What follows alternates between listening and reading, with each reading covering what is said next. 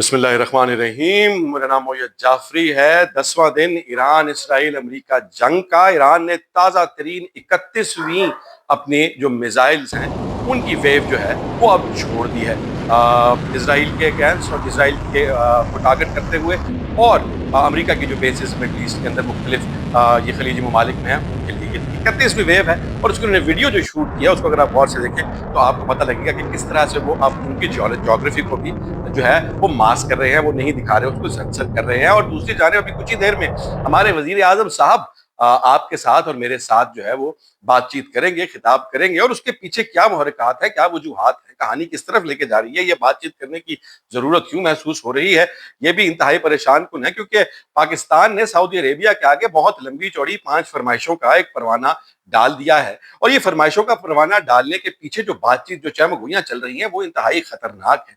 क्योंकि आप किसी से कोई चीज इतनी ज्यादा तभी 5 की 5 चीजों की लिस्ट तभी मांगते हैं अगर आपसे कुछ ऐसा मांगा जा रहा हो जिसके बाद आपके पास ये लेवरेज हो कि आप अपनी फरमाइशों का टोकरा भी खोल देंगे। और इसके साथ साथ अगर पाकिस्तान सऊदी अरेबिया की किसी किन बातों को मानने के हवाले से बातचीत कर रहा है, ये सारी की सारी बड़ी परेशान कुन सिचुएशन है।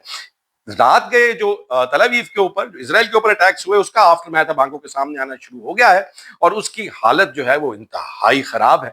इसराइली जो है वो एयरपोर्ट्स का रुख कर रहे हैं और वहां पर इकट्ठे होकर वो अब इसराइल को छोड़कर भागना चाह रहे हैं। वहां पर आप जैसे कि वीडियोस देख रहे हैं, वहां पर आपस में उनकी लड़ाइयां हो रही हैं, और एक तरफ ये लोग हैं जो कि अपना मुल्क अटैक्स होने की वजह से छोड़कर भागना चाह रहे हैं, मगर दूसरी जानिब वो ईरानी है जो आज लाखों की तादाद के अंदर सैयद मुज्तबा खामनाई को नया जो सुप्रीम लीडर है उसके उनके इंतखाब के ऊपर उनके साथ अपनी इजहार यकजहती और सपोर्ट के लिए सड़कों पर निकले।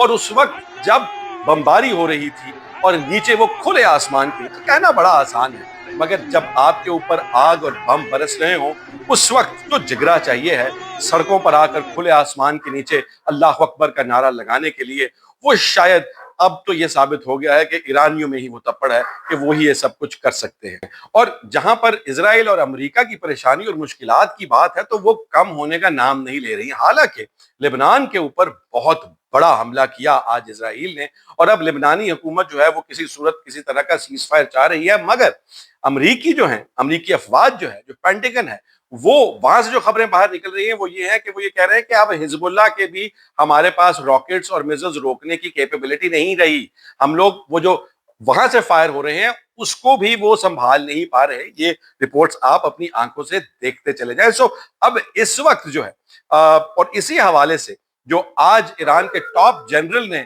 इंटरव्यू दिया उसके अंदर उन्होंने ये बात इंतहाई तहम्मुल से, ये देखें, मैं वो साथ साथ आपको ट्रांसलेट करके बताता जाता हूं कि वो ये कह रहे हैं कि बेसिकली ईरान ने जो पीक हिट करनी थी, जो सबसे बड़ा टारगेट था, वो हमने अचीव कर लिया है। अब हमें 200-200 150-150 मिसाइल लॉन्च करने की जरूरत नहीं। हमने उनके रेडार सिस्टम जो हैं वो सारे के सारे नाकारा कर दिए हैं। अब हम 10 मिसाइल भी उड़ाएंगे तो उसमें से 8-9 तो जाकर अपने निशाने पर लगेंगे ही लगेंगे, क्योंकि अब उनकी उन मिसाइल्स को रोकने की जो कैपेसिटी है वो ना होने के बराबर हो चुकी है। और वो ये कह रहे हैं कि अमेरिका और इजराइल इस वक्त मिडल ईस्ट के अंदर एक डेथ ट्रैप में फंस चुके हैं, जहां पर उनकी आंखों पर पट्टी बंदी है, उनके रेडार्स बंद हैं, और उस डेथ ट्रैप के अंदर ये जो ईरान है वो ऊपर से उन पर आग और जो आपके कह लें मिसाइल्स हैं और ड्रोन्स हैं वो बरसा रहा है। और इसके साथ जो मेजर डेवलपमेंट्स हैं उनमें से एक और बड़ी मेजर डेवलपमेंट ये है कि कल वो खबर थोड़ी कच्ची थी इसलिए मैंने आपके साथ शेयर नहीं की, मगर अब उसकी काफी सारी तस्दीक आ रही है कि 173 अमरीकी डेल्टा फोर्स के जो फौजी हैं वो ईरान के कब्जे में, वो इस वक्त जंगी कैदी बनकर ईरान के पास है। और उसके पीछे जो पूरी कहानी सुनाई जा रही है वो ये है कि अमेरिका ने ईरान के ऊपर जो है वो अब जमीनी चढ़ाई करने की जो पहली अटेम्प्ट है वो कर दी हुई थी, और वो अटेम्प्ट जो है बुरी तरह से नाकाम हुई, जहां पर उसके फौजी मारे गए और 173 पकड़ लिए गए। अगर 173 फौजी पकड़े हैं इसका मतलब है मारे कितने गए वो कहानी और है। तो इस वक्त जो ग्राउंड वाली सिचुएशन है उस पर भी अमेरिका को पसपाई का सामना है। और जो डोनाल्ड ट्रंप हैं वो जहां पर क्लेम कर रहे हैं कि ये जंग जो है वो हम लोग हर तरह से आगे जा रहे हैं और जीत रहे हैं, उनके एक एक बात के ऊपर अब अमेरिकी मीडिया भी उनकी वो दुर्गत बना रहा है। वो इस बात पर भी जो है अब क्लैरिटी आ गई है जब ईरान ने सबूत दिए हैं कि बहरीन में से, कुवैत के अंदर से, कतर के अंदर से, मतलब मेरा ख्याल है कतर उसमें है कि नहीं, कुवैत वगैरह इन ममालिक के अंदर से किस तरह लॉन्च किए गए ईरान के ऊपर अटैक्स, और इसलिए ईरान के पास एक लीगल और एक वैलिड रीजन है इनको टारगेट करने का। ये सब कुछ इस तरफ चल रहा है, और दूसरी जाने पाकिस्तान के अंदर जो मामलात जारी और सारी हैं वो इंतहाई परेशान कुन इसलिए है क्योंकि मार्केट के अंदर बात गर्म यह है कि अमेरिका की जो ग्राउंड इन्वेजन है वो एक तरफ तो फेल हो चुकी। दूसरी बात, अगर आपने कल की वीडियो देखी थी तो आपको ये पता, आपने देखा होगा उसमें जो मैंने पूरी एक एनिमेशन चलाई थी कि किस तरह से ईरान को मगरबी साइड से अटैक करना जमीनी फोर्सेस का, वो तो एक नाकारा काम है, वहां से कभी कुछ नहीं हो सकता क्योंकि पहाड़ों की एक बहुत बड़ी लाइन है, और उसके अलावा नॉर्थ से भी, ऊपर से भी, तो पाकिस्तान वाली साइड से शायद कोई मुमकिनात में से है। तो क्या पाकिस्तान ने जो 5 फरमाइशें सऊदी अरेबिया के आगे रखी हैं, उसकी वजह यह है कि सऊदी अरेबिया ने भी कोई इसी तरह की फरमाइश हमारे आगे रखी है। लेकिन अगर इस तरह की कोई फरमाइश रखी है और पाकिस्तान इस तरह की किसी फरमाइश पर अमल करता है, पहली तो बात यह है कि ऐसी बातें छुपी नहीं रख सकता कोई भी, ना वो छुपी रह सकती।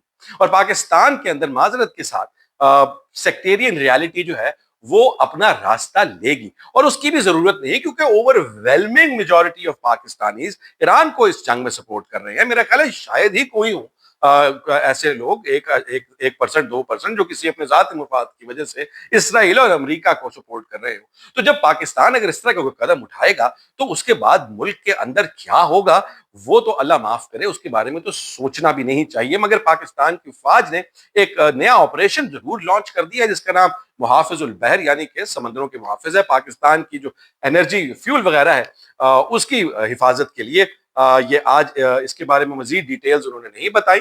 ISPR ने आज ये बात शेयर की है, मगर ये सब का सब इंतहाई परेशान कुन है। और जहां तक फ्यूल की बात है तो वो उसके बारे में बात करते हुए आज IRGC ईरानी रेवोल्यूशनरी गार्ड कोर्ट से ये बात, जो कोर्ट ने ये बात आज क्लियरली आकर उन्होंने एक वीडियो में कही है कि भाई बहुत शौक था ना आपको, हुनर आम है जो आपने सब कुछ करके देख लिया है, अब आपको पता लगेगा उस वक्त जब तेल की कीमत जो है वो $200 पर बैरल तक जाएगी, तो फिर आपको समझ में आएगी कि दोबारा ईरान को ऐसे तंग नहीं करना।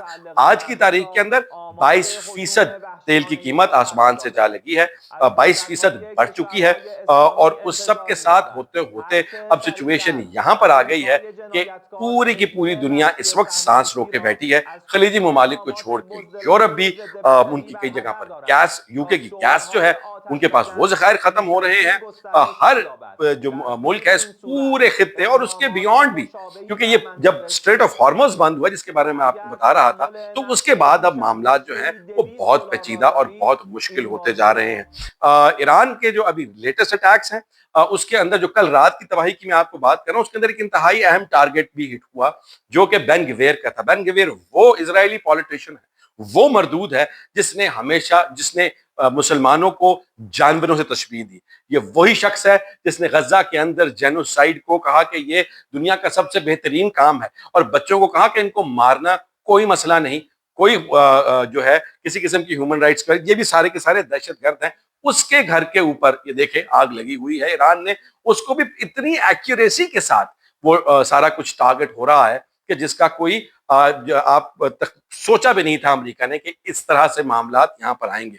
अब अगला स्टेप जो है वो किस जानिब जाता हुआ दिखाई दे रहा है पाकिस्तान के लिए। आज हमारी फॉरेन एक्सचेंज भी जो है हमारी फॉरेन एक्सचेंज कह रहा हूं, हमारी स्टॉक मार्केट जो है वो 11,000 पॉइंट्स गिरी। खैर वो तो हम जैसा कि जानते हैं पूरी दुनिया के अंदर ही मसले मसाइल चल रहे हैं, मगर पाकिस्तान की इकॉनमी जो है वो बड़ी परेशानी की हालत में है। जो 5 शर्तें हमने रखी हैं वो आपको बता देता हूं। हमने जो 5 शर्तें कह रहा हूं, जो 5 फरमाइशें की हैं, उसमें से एक तो यह है कि जो $5 अरब अमेरिका सऊदी अरेबिया ने हमारे पास रखवाए हुए हैं वो 3 साल के लिए, उसको हमने कहा है कि जो उसको लंबा करके अब उसकी म्याद जो है वो 10 साल कर दी जाए। उसके अलावा हमने कहा है कि जो हम लेट पेमेंट, डिफर्ड पेमेंट के ऊपर आपसे तेल तकरीबन उधार खरीदते थे, उसकी जो लिमिट है 1.2 अरब से बढ़ाकर 5 अरब कर दी जाए।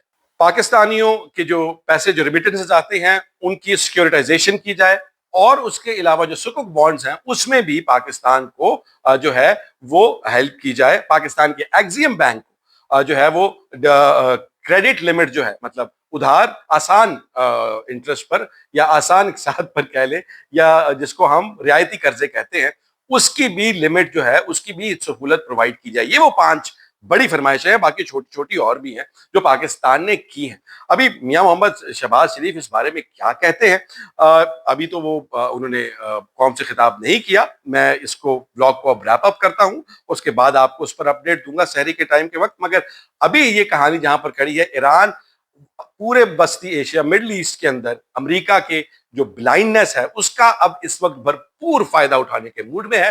वो अमेरिका की वो तमाम तर कैपेबिलिटीज जो है उसको इन अगले 72 घंटों के अंदर बुरी तरह से हिट करके अमेरिका को इस जंग में कम से कम नहीं तो मैं ये समझता हूं कि 2 से 3 माह तो सीधा सीधा धकेल देगा पीछे। और वो अमेरिका को जिस दीवार के साथ लगा रहा है, वहां से ट्रंप जो है उनकी परेशानी और फ्रस्ट्रेशन भी बढ़ रही है। और ये कोई अच्छी बात नहीं है। ये अच्छी बात जहां पर लोग खुश हो रहे हैं कि वो बहुत मारा है, बहुत मारा है, मगर जहां पर एक वर्ल्ड पावर को इतनी मार पड़े तो फिर वो एक्सट्रीम स्टेप्स के बारे में सोचता है। खुदा ना करे कि मामला उस तरफ जाएं। मगर अभी जहां पर सिचुएशन खड़ी है, ईरान अटैक्स पर अटैक कर रहा है, हिजबुल्लाह ने ज्वाइन कर लिया है फुल टाइम, और वो भी हिट कर रहे हैं, डायरेक्ट हिट कर रहे हैं। अमरीकी 173 फौजी ईरान क्लेम कर रहा है कि उनके पास है। पाकिस्तान एक नए रौले में फंसता हुआ नजर आ रहा है। लेट्स सी कि क्या होता है। अपना ख्याल रखिएगा, बात करते हैं दोबारा। अल्लाह हाफिज।